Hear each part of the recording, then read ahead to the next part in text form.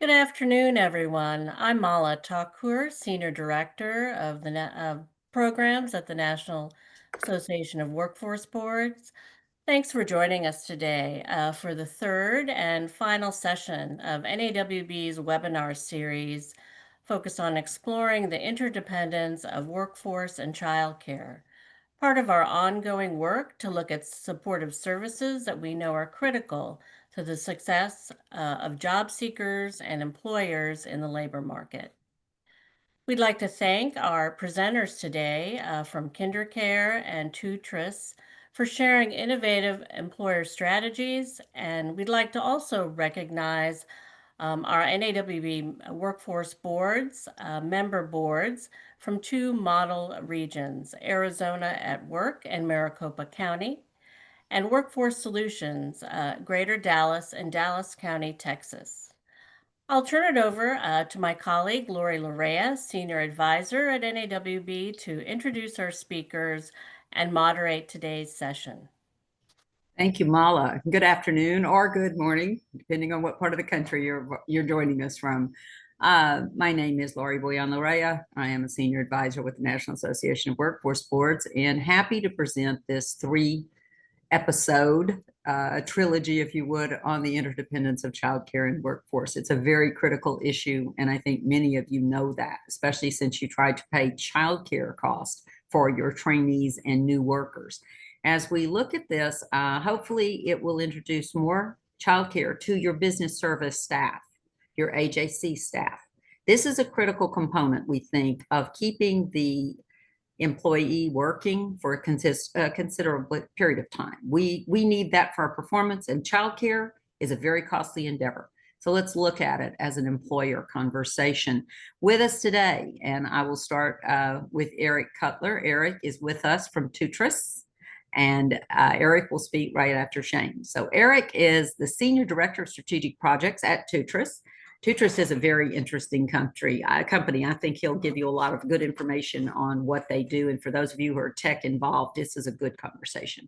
With over 18 years of experience in retail and enterprise markets, particularly technology, Eric has developed monetization projects that have significantly contributed to the growth in sales revenue, brand recognition, something we all struggle with, by the way. His expertise includes building market sales strategies to decrease the cost while increasing revenue. He is passionate about business intelligence research. Eric has a strong understanding of cloud architecture. He has managed relationships with clients and partners such as Adult Swim, Amazon, Apple, AT&T, Comedy Central, Facebook, Google, Microsoft, and more. I love going through that list. That is an all-star list.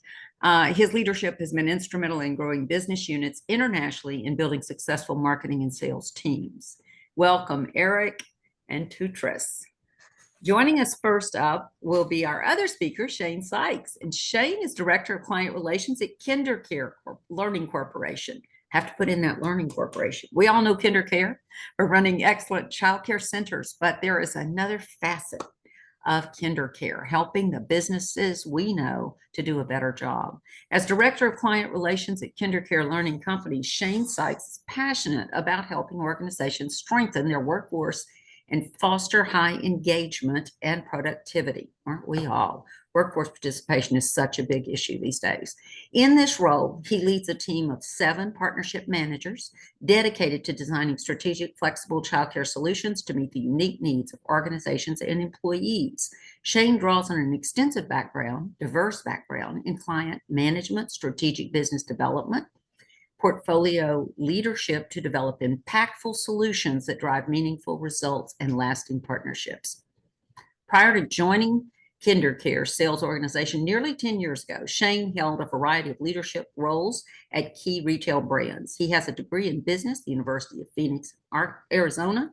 Today, KinderCare supports more than 600 clients across all industries with customized childcare offerings, including benefit solutions and on-site childcare centers. I'm going to start by turning it over to Shane.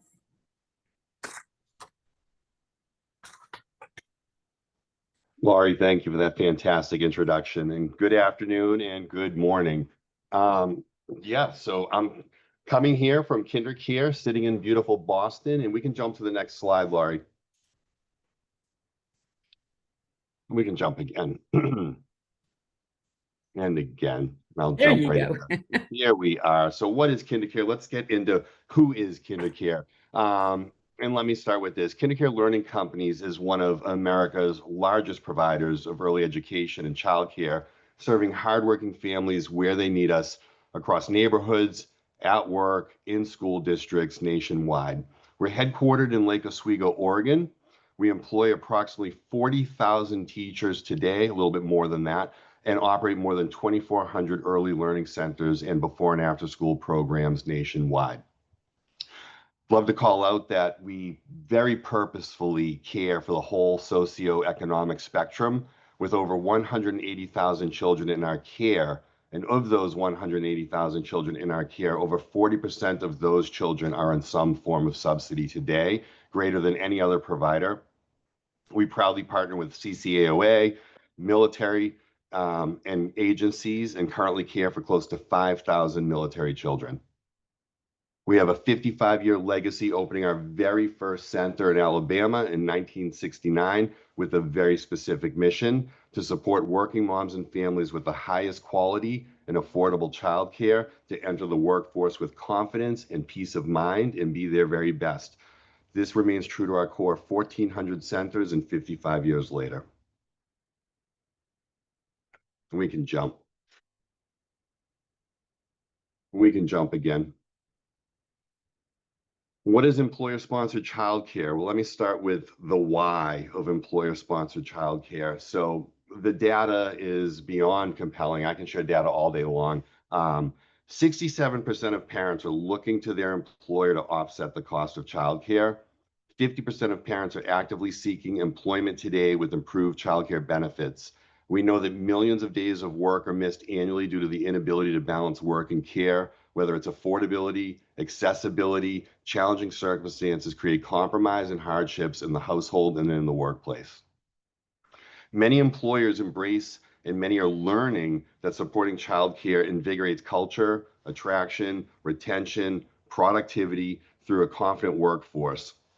In our recent CHRO research, over 80% anticipate the demand for care, identify childcare as a critical return to work strategy, and realize that care is essential to excelling professionally for all employees. But here's the thing.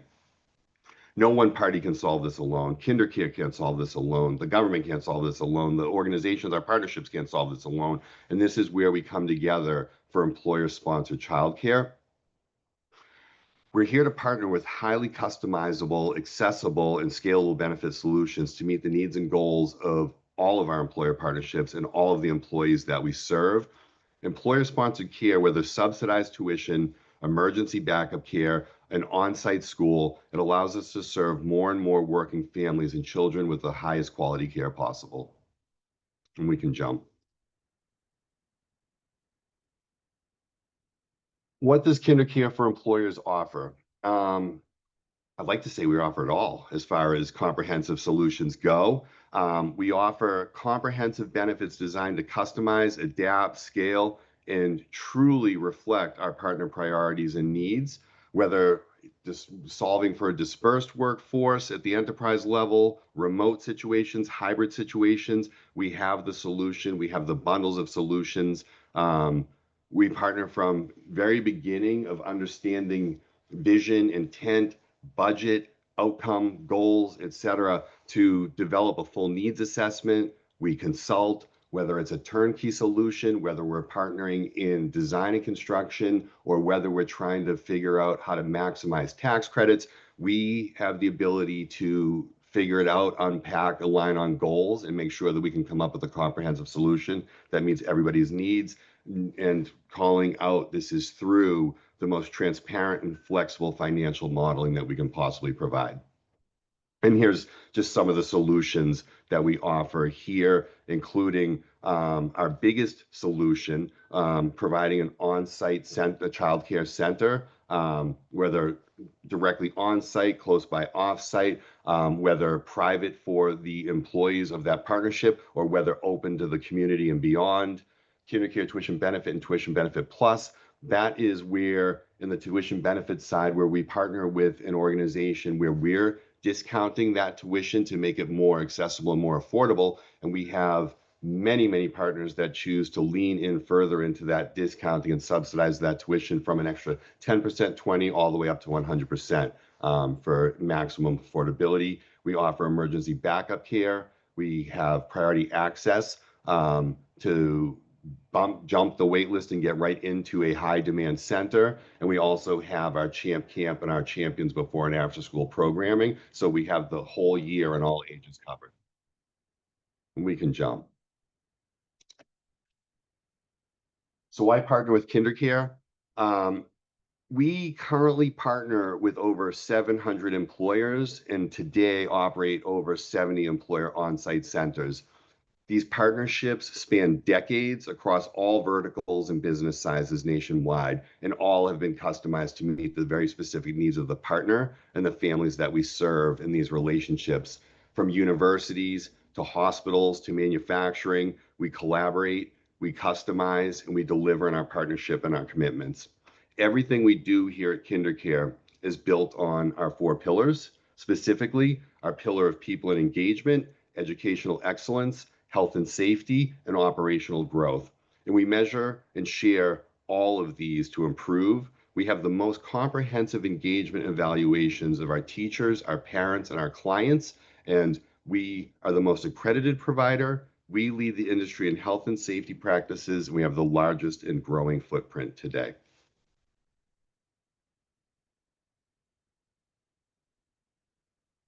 And highlighting some of our partners, we can jump there. As I shared, with over 70 employer-sponsored on-site partnerships, including but not limited to Whirlpool, Cisco, Rutgers, Notre Dame, Reed Health Hospital, Aaron's, ADP, Daimler, just to name a small handful. And we're in the process right now of opening several more and highlighting our most recent exciting opening with Maricopa County. Words cannot describe the pride in this partnership, in this center opening. We are just beyond thrilled. It just brings the biggest smile to my face. The center is absolutely stunning. The mission of Maricopa County, this partnership, the operation, the team there, just everything is just so exceptional. And the operational customization of flexing center operation hours to be open 7 days a week, 16 hours a day, Maricopa County providing the county club kids and the families with 50% subsidized tuition below market rates, and the demand being so strong. So the center having a capacity of 156 children and opening almost at capacity, but with a wait list, and then immediately being at capacity. And then in our partnership with Maricopa County, having them subsidize tuition with that tuition benefit plus that I referenced, leaning in 30%. So any parent on that wait list can have access to one of our 40 other locations, including our before and after school programs, so that they have KinderCare care at that subsidized rate as they're waiting to get into county club kids. And I wanted to highlight too as well our commitment and our support for our police and our military partners. As I shared a little while ago, we currently have over 5,000 military children in our care. Over of our 182,000 students, 41% of those being on subsidy. And in addition to working very closely with CCAOA and agency partnerships, we also have government on-site partnerships as well, USDA, Department of Labor, multiple GSA centers throughout the country. And we have multiple centers today, which we are very excited about, and we're opening more in the future, where we are supporting our law enforcement partners. And these partnerships are absolutely fantastic. They bring a whole new set of customizations, complexities, well beyond establishing the culture of the center and the partnership for those law enforcement families, but also all of the safety complexities that come with that, from hours of operation, to licensing considerations for armed personnel coming in and out of our program, to FEMA safe rooms, just all kinds of really exciting cutting edge complexities that we've explored and introduced through these partnerships with law enforcement. I'm good there.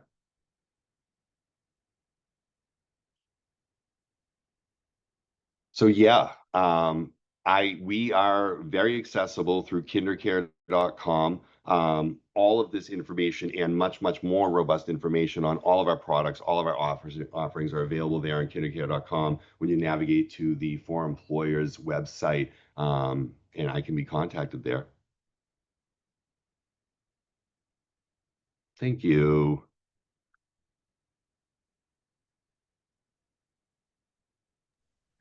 Shane, this is Lori again. Oh, thank you so much for that. I know this is quick fit. It's so much information in a short period of time, but let's elaborate a little bit. How do you engage certain businesses? I think that would be most critical for just starting out. Maricopa is a great story. And our Maricopa Workforce Board, Arizona at Work, actually, those are employees of the county. So this is a situation where the Workforce Board employees are actually able to benefit from the KinderCare project. So I wanted to draw that forward. But how do these things evolve? If someone's really interested in seeing that their employer or the employers we serve want to be a part of solving the child care issue for families, what transpires? What's the origin of that? Let me go back on the first point that you made as well. I mean, so the Maricopa partnership goes back years now, going back to when we entered that RFP process, very determined to win that partnership.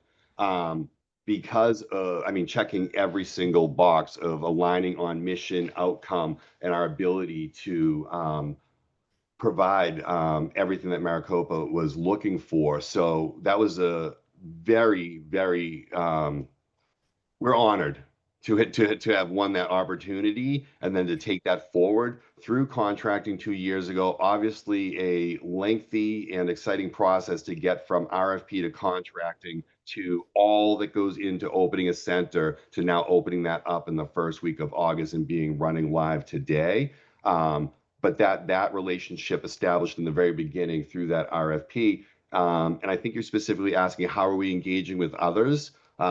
In a very bi-directional way. We are out there prospecting through direct reach, through events, through every channel that we can get out there and offer our services to consult, inform, teach, and educate through procurement, real estate, CHROs, you name it, through boards, where we can get our offerings out there, and not just our offerings for product, but our offerings to educate and consult and anyone that is struggling or looking to understand more on this journey. And I'm very fortunate that many folks find us with the appetite to explore, and more as specifically, for example, as bigger businesses, if you will, whether it's a foundry, whether it's a chip facility, or whether it's a manufacturing facility moving into a suburban or rural area where there is a childcare desert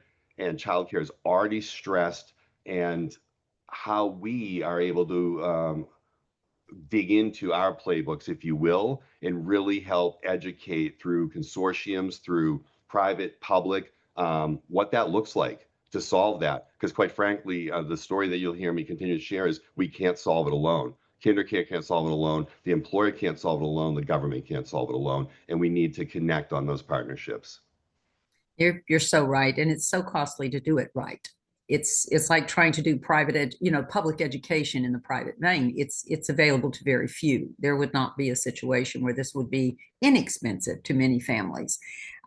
We also, I think it's so interesting, the depth and breadth. So where we know you have a lot of solutions in that catalog, beyond opening a center at the behest and through an RFP for a county government.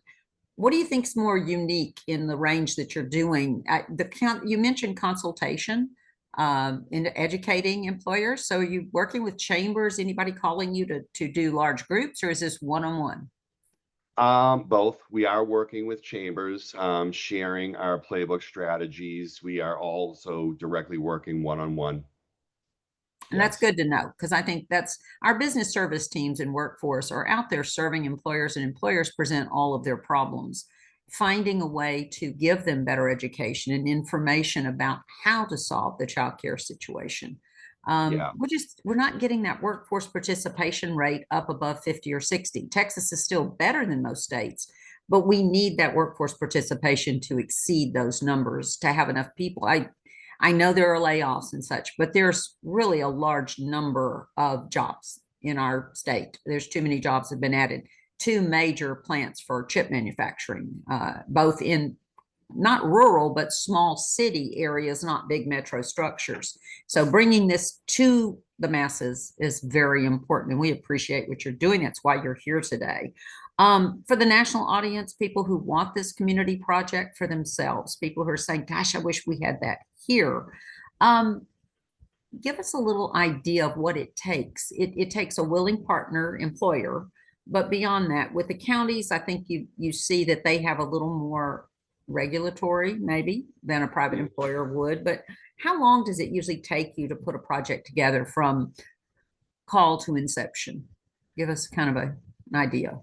Yeah, that's a great question.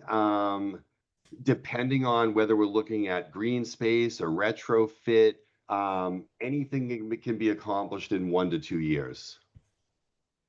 That's a great timeline. Yes. Yes. Any other thoughts? Because I think that answers just about everything, and your presentation touched on almost everything. Thank you. Just that our appetite is to lean in where it's toughest and be able to solve and be able to inform and be able to educate as we continue to learn. And I will say right now, a really hot topic for us when it comes to inform, both with new business and existing business, is to be the very best partner possible with 45F, with tax credits, and making sure that folks that it might not have been attainable or fiscally out of reach, that we're really helping everyone understand how we can even partner together further. That's awesome. Thank you so much for being with us today, Shane. Appreciate you. Thank you. Thank you. Next up, Eric is waiting in the wings. There it is. Mr. Cutler, welcome aboard and welcome to TOOTRiS. As I say, welcome to Dallas. And I noticed Dallas County leads your slide. So yes, sir, if you would please tell us about these special efforts that you make, which is just a little different view of the picture. Absolutely. Thank you, Lori. Well, like the slide says, my name is Eric Cutler. I'm a working parent and also the Senior Director of Strategic Initiatives here at TOOTRiS. Really, today we're going to talk about kind of scaling childcare infrastructure. Dallas County will definitely talk about what's going on there. Also, really the national level through some of the different innovative sharing models out there. Slide. So, most business decisions, inaction saves money, at least in the short term, but childcare is actually the opposite. When it comes to investing in childcare, inaction is actually a loser really for everyone involved, for the parent, for the business, and that economy. The cost of doing nothing is far more than the cost of doing nothing, doing something. So you can see here, absenteeism can vary from $600 to $1,100 per working parent per day. So this really has an immediate impact to that business, but also that local economy by having workforce participation. So ultimately, childcare really isn't just a family issue; it's an economic productivity crisis with serious financial consequences. I have, by the way, I'm going to go through a couple different stats and kind of case studies through my presentation, rather than give you really tiny font links to those URL references. There's a little URL at the bottom, info.tootris.com/NAWB, which encompasses all of the data points and slide resources here throughout my presentation. Next slide, please, Lori. So, we talk about childcare deserts from a supply perspective, not enough centers, not enough in-home programs, but really from a parent's perspective, 7 out of 10 parents can't find care that actually fits their specific needs. This really extremely impacts newer families and lower income families who often need care outside of business hours, outside of the 8 to 5 Monday through Friday slots. So ultimately that means that, those families, less than 8% of childcare is kind of suitable for their specific needs, which ultimately boils down to 8 out of 10 families have trouble and miss work ultimately for, because of childcare issues. This workforce attendance is really why we're all here on the call today. Next slide. Now, when you compare this to healthcare absenteeism, what's interesting, we talk a lot in this country and we spend a lot on healthcare, but comparatively, the average parent misses 2 to 3 times as much work due to childcare issues than healthcare issues. 9 to 13 days on average. This has an impact to their spending capacity, right? Their local economy. It also, of course, has impacts to the employer that has to struggle to replace them. You talked about semiconductor and other chip manufacturers in the great state of Texas. Well, that's not something typically when you're making chips, you can take your work home with you. So if you have a childcare issue, you are now missing on that manufacturing line or whatever it is that you're doing. So we're not able to solve this problem. If we can't solve childcare, we're really not solving the correct problem here ultimately.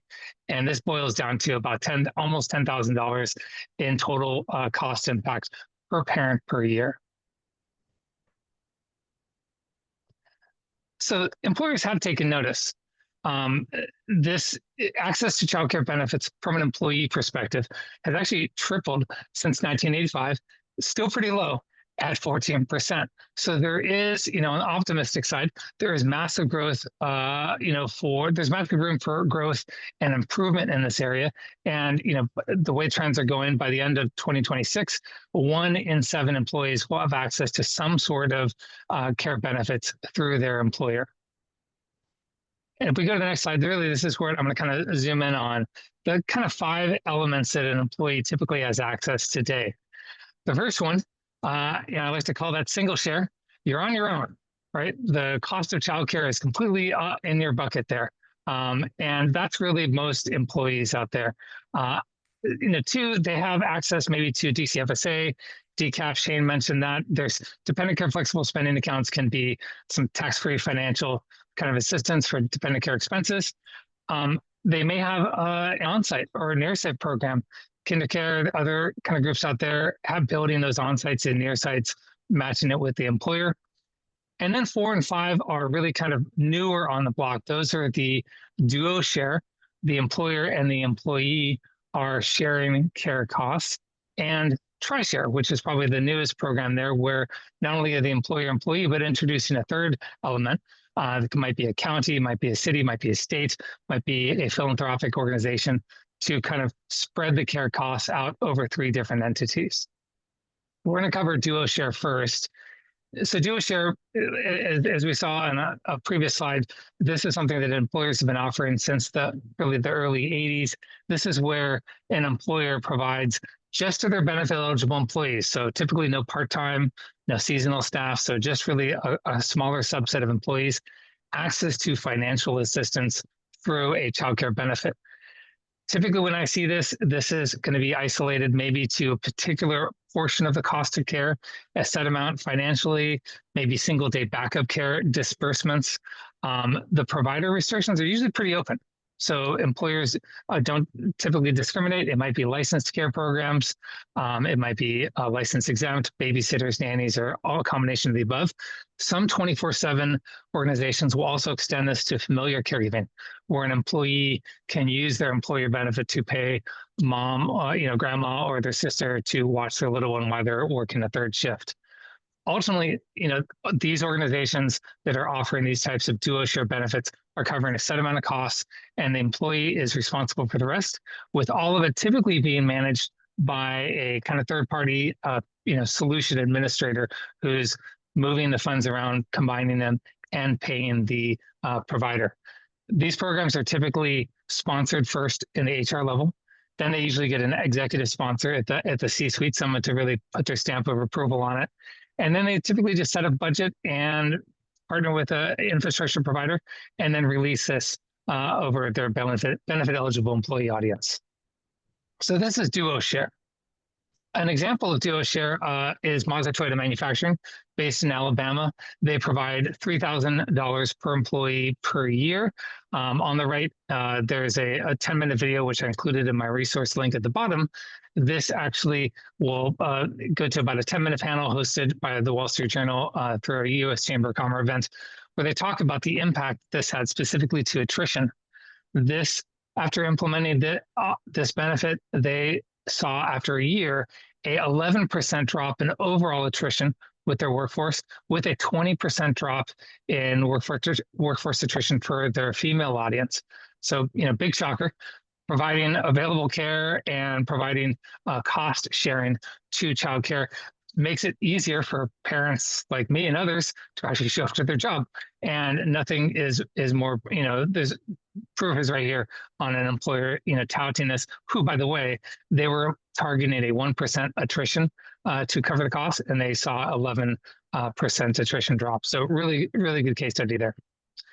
Now, segueing into the TriShare perspective, TriShare is the DuoShare model with a third entity. Typically, that third entity has kind of a local consortium or group that is that main sponsor. Since this is a new concept, most of these are being launched in kind of a pilot element. They may be geographically locked at a city, county, or multiple counties, or at the state level. They're typically locked also to providers, maybe only licensed childcare centers and in-home providers, where the TriShare is set up where the participating employers, that third party kind of funder, and then the participating parent are paying for the care cost. Most of the TriShare programs that exist out there already are also targeting certain eligibility criteria. So unlike DuoShare, they may have SMI, so state medium income, or FPL, federal poverty limit, kind of benchmarks or limitations for the parents that can participate in this program. Like DuoShare, they're typically adopting and bringing in third-party administrators to help move the monies around and match parents with care providers. Now, there's a lot of different types of TriShare programs available, but one of the programs that I'm kind of featuring here is the Dallas County program in Lori State there. And this program here is a pilot program, specifically, limited to the confines of Dallas County, meaning to participate in this program, the employer must be doing business within Dallas County. The parent must live and work and use childcare in Dallas County, and the childcare provider, of course, has to also be in Dallas County. The way they set this program up is they have it's a match between the employer and the county, up to $1,500 per entity. So ultimately, that means from an employee perspective, I'm saving up to $3,000 a year off my childcare expenses. They help find and locate the care provider. This is specifically limited to licensed care providers in good standing. So a state licensed through the state of Texas, childcare centers, and in-home family childcare programs. Ultimately, there's a link on the left-hand side for an article that CBS News did, also includes a video.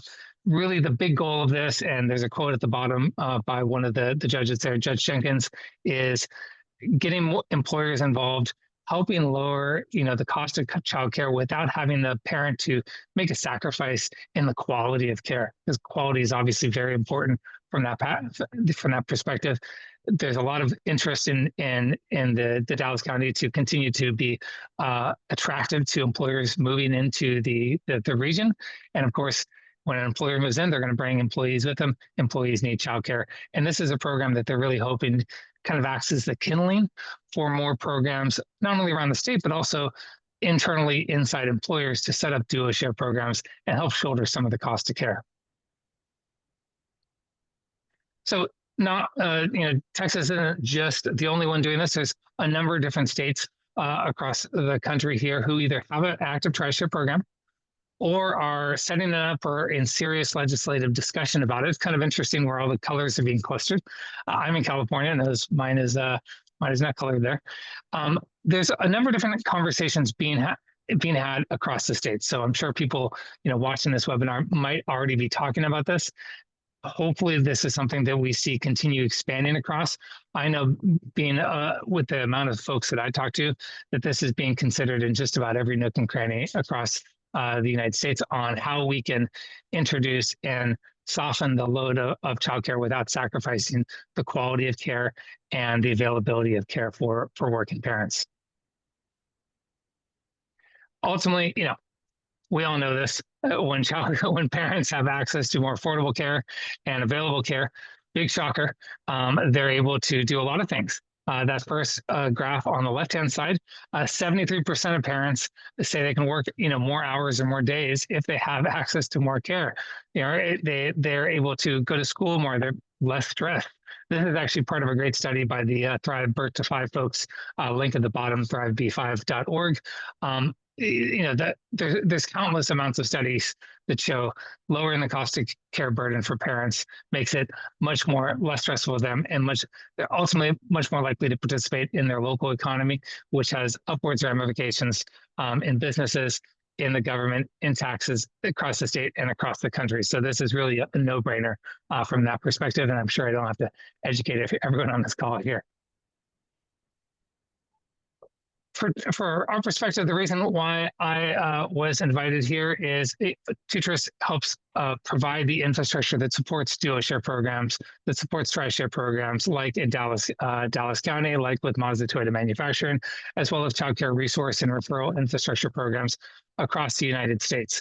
Ultimately, we're a mission-led organization that is really focused on ensuring that all working parents have access to quality childcare, and that workforces, employers, government and state agencies also can easily participate without having to come up with the infrastructure from scratch.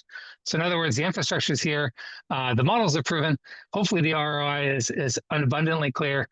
Dallas County, Mazda Toyota are really showing us the way, and now it's really time for us to kind of scale this in our prospective regions across the U.S.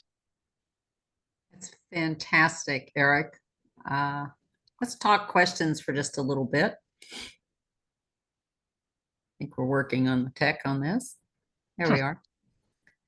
I love everything you've said. Of course, I know it. I was not available to work with you in Dallas. I had already moved on. But I love that this came from that initiative. Looking at what TOOTRiS does, and I want to be specific out there. You have a great origin story. I would love to know a little more about your founder. It is female founded, correct? That's correct. Yes. Tell us a little bit about her. So Alessandra is a technology executive. She's a working mom. She's a former Montessori guide. And for her, it is really important to be able to kind of return back and provide working parents like her, like she had the access to affordable and available childcare.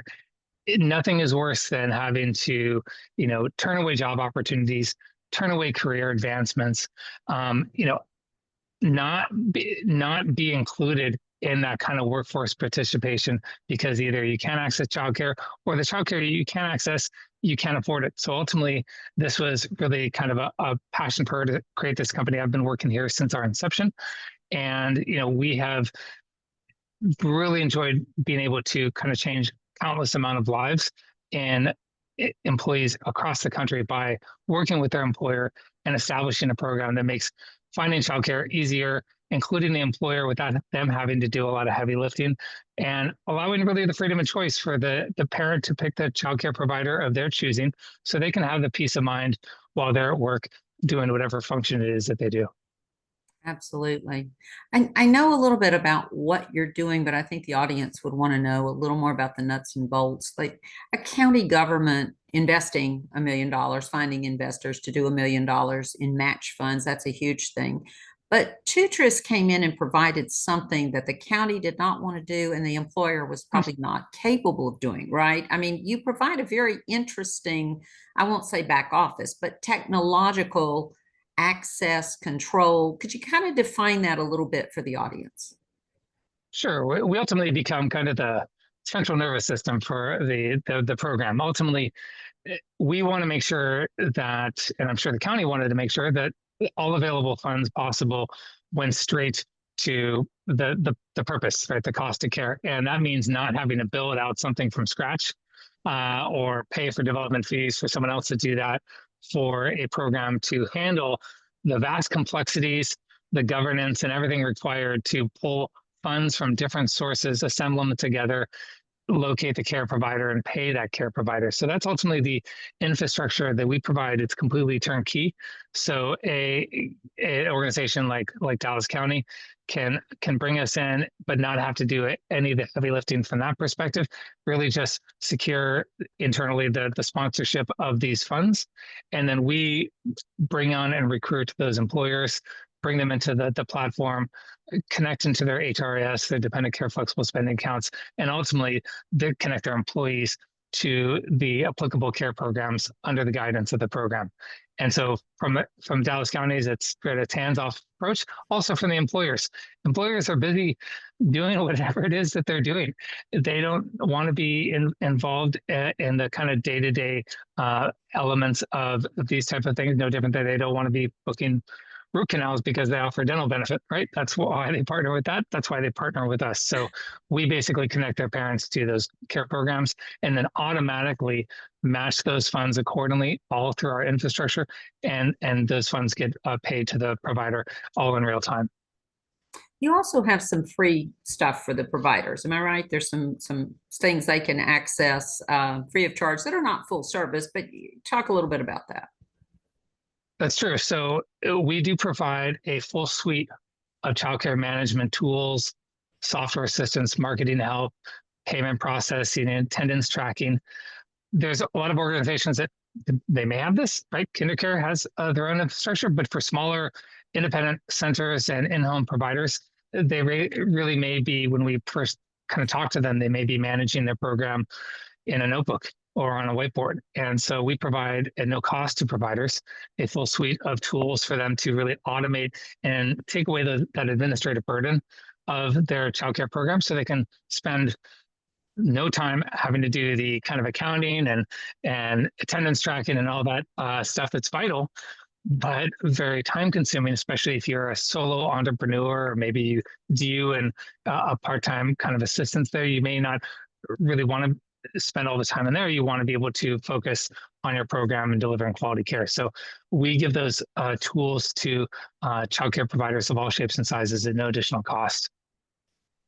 It's a phenomenal asset. Last question, how do you engage customers if we have some people out there who they can contact TOOTRiS, of course, but to bring an employer to you, is that complicated? I mean, Shane already talked about the RFP process for county government, that's different, but private employers, how do they access their services through? How do they visit with you? So typically an employer, Shane mentioned there's RFPs, so employers may go the RFP route, just no different than the government. They might do an RFI or RF something. Yeah. Others will just, because they're a private organization, they'll just contract directly.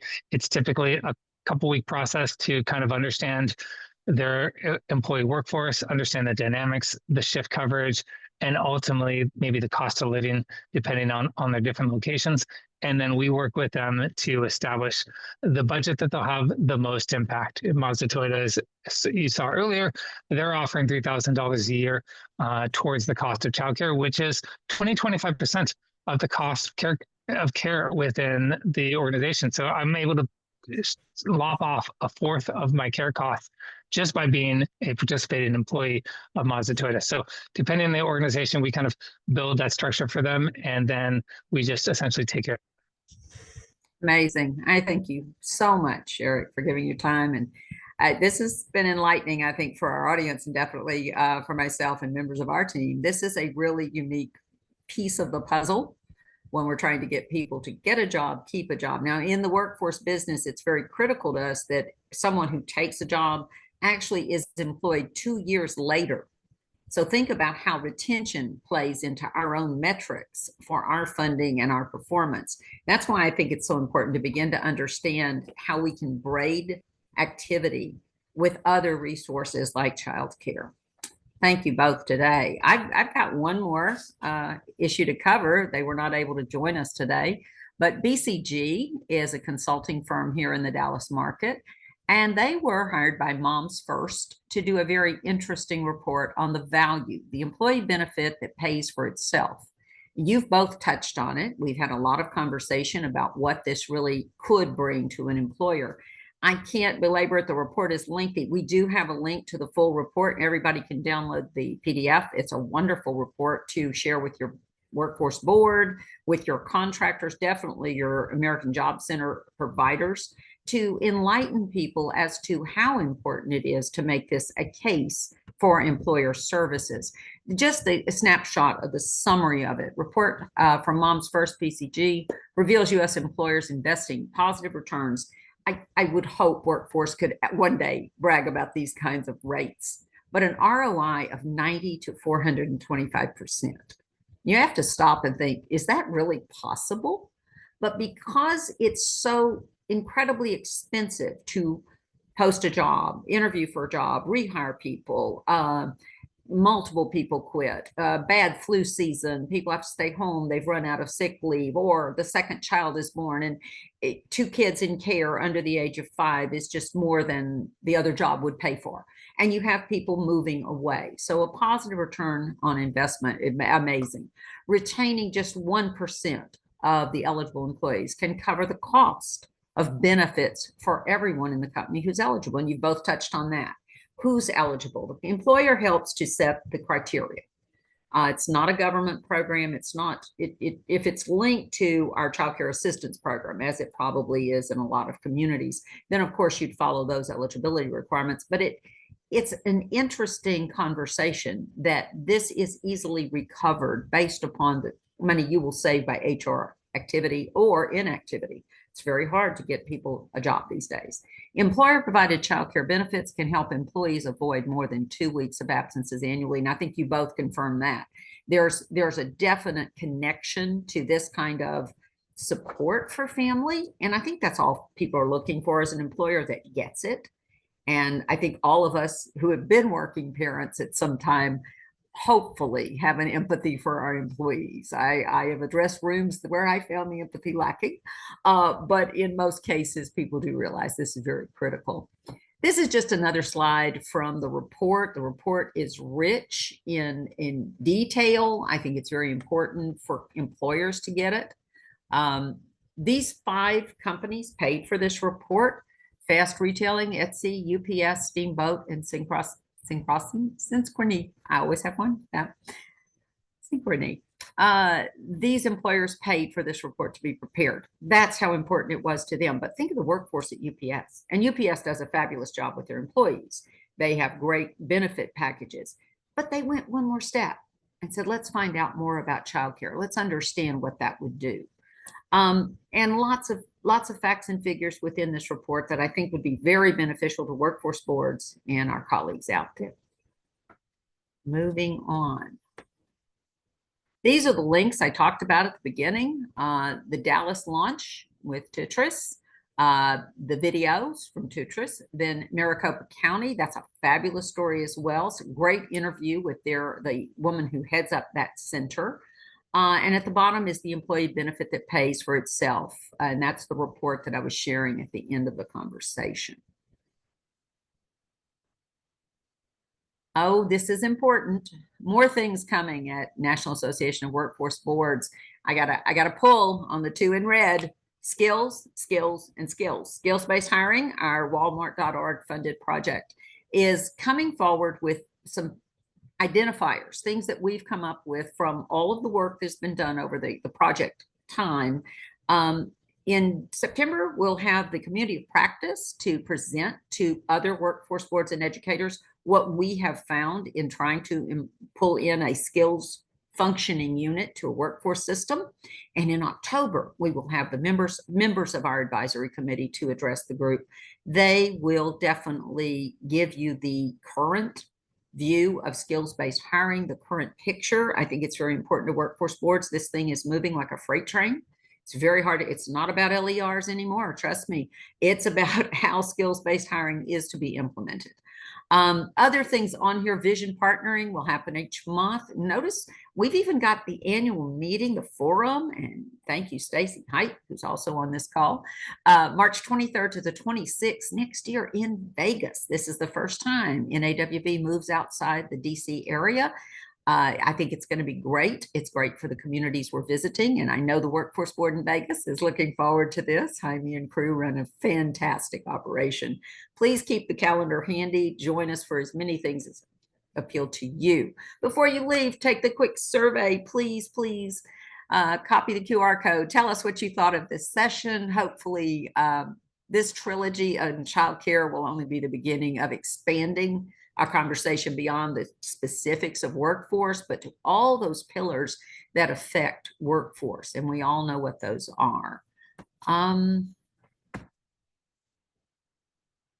Again, big thanks to Shane Sykes, Eric Cutler, two great companies, KinderCare Learning Companies, TOOTRiS, and Mala Thakur and myself, thanking you for the National Association of Workforce Boards.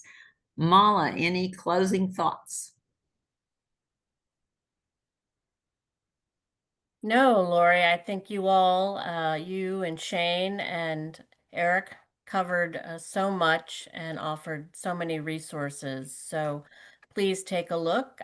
We will be posting this soon on YouTube, and we'll be sharing resources through our own website. And if you have any questions, please feel free to reach out to us.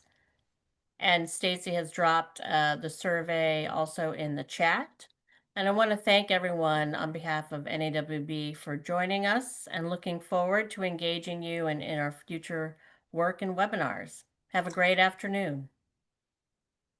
Thank you.